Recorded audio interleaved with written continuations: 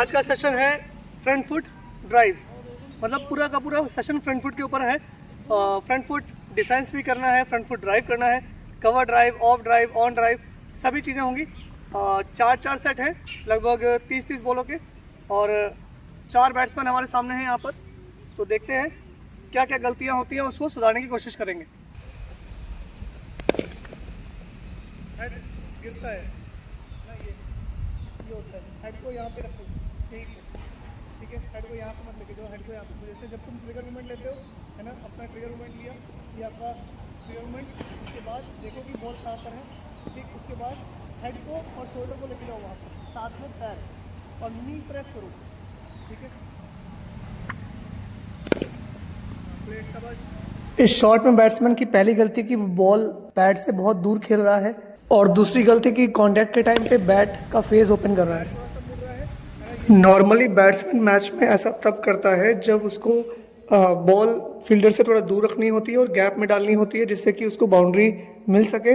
लेकिन अगर इसको प्रैक्टिस के टाइम पे आप ऐसा ज़्यादा करेंगे तो ये एक आदत में आ जाएगा, और इससे आपके रन्स जो बनने वाले हैं वो भी नहीं बन पाएंगे, और आपको जो नेचुरली बाउंड्री मिल सकती थी वो भी नहीं मिला करेगी, और वो गैप आप ढूंढ नहीं पाएंगे।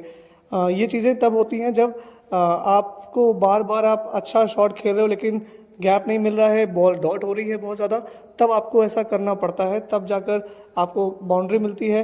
लेकिन ये हमेशा नहीं करना होता है। अगर आप मैच में ऐसा करते हैं तब तो ठीक है, लेकिन प्रैक्टिस में इसको बहुत ज़्यादा, प्रैक्टिस के टाइम पे ऐसा बहुत ज़्यादा ना करें, नहीं तो ये आपकी आदत में आ जाएगा और आपकी इससे बैटिंग ख़राब हो जाएगी।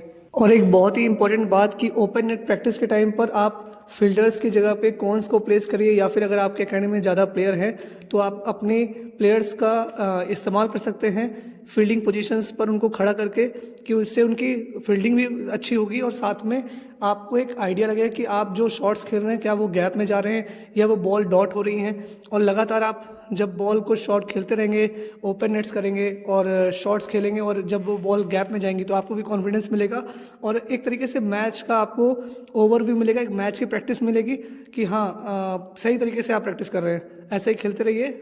सॉरी गाइस, एक्चुअली ये ब्लूटूथ है जो हमारा स्टैंड है, ट्राइपॉड स्टैंड, इसका ये ब्लूटूथ है, तो इसकी एक रेंज होती है, वहाँ शायद इसकी रेंज नहीं होगी, तो इसीलिए वहाँ से मैंने इसको क्लिक किया था, लेकिन शायद वीडियो ऑन नहीं हो पाई। और इसके बाद जो हमने देखिए सेटअप किया था, मैं आपको दिखाता हूँ। देखिए एक सेटअप किया हुआ है, ये कोन्स लगाए हुए हैं जगह जगह पे, जहाँ जहाँ फील्डर्स होते हैं वहाँ वहाँ कोन्स लगे हैं। तो रिजवान ने जो बैटिंग की थी, तो अकॉर्डिंग टू द कोन उसको मैंने बैटिंग करवाई थी, तो आप देख सकते हैं। आइए आपको थोड़ा बता देता हूँ, अगर जो चीज़ें अगर आपको नहीं पता है एज अ बैट्समैन कि कहाँ कहाँ पे क्या होता है, तो देखिए सबसे पहले तो सामने जो है यहाँ पे एक बॉलर रहता है, और आप देख सकते हैं ये जो स्टंप रखा हुआ है यहीं पर, ये स्टंप है, स्टंप के जस्ट सामने आप देख सकते हैं कोन लगे हुए हैं। तो जो ये कोन है आपका सामने वाला, ये है पॉइंट, ठीक है। इसके इधर वाला जो ये गली के बाद ये वाला जो कोन है ये कवर पॉइंट है, और कवर पॉइंट के बाद ये आप देख सकते हो ये कवर्स है। फिर आप देख सकते हैं कोन जो मैंने प्लेस किया है वो मिड ऑफ का है। इसके बाद आप देख सकते हैं ये मिड ऑन है, और मिड ऑन के बाद यहाँ पे मिड विकेट है, और मिड विकेट के बाद यहाँ पर स्क्वायर लेग का कोन है।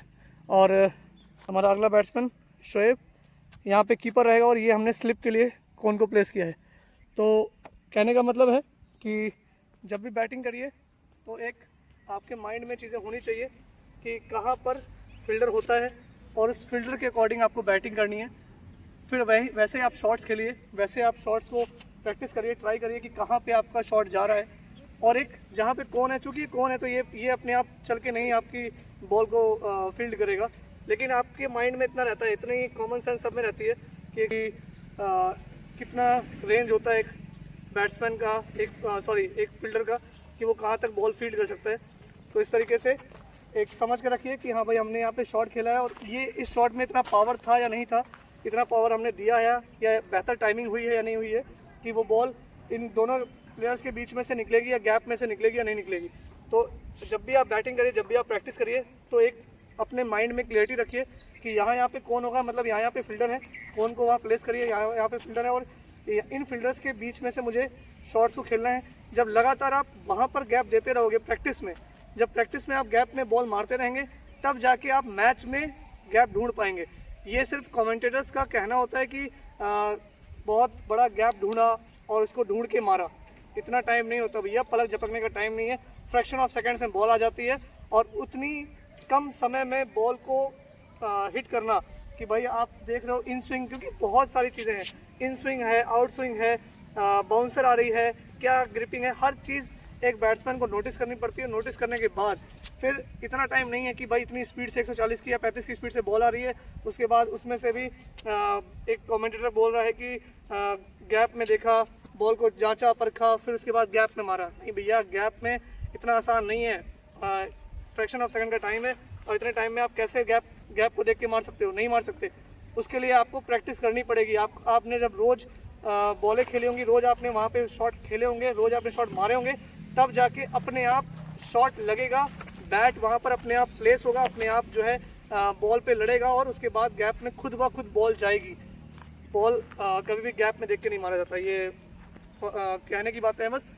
ये आपको थाउजेंड्स ऑफ बॉल प्रैक्टिस करनी पड़ेगी, उसके बाद जाके आपका बैट अपने आप उस बॉल को हिट करेगा और गैप मिलेगा आपको। तो इसलिए लगातार जब भी प्रैक्टिस करिए तो अपना माइंडसेट पहले से क्लियर रखिए कि हमें सही तरीके से प्रैक्टिस करनी है, सही जगह प्रैक्टिस करनी है, सही जगह पे बॉल प्लेस करनी है। जय हिंद।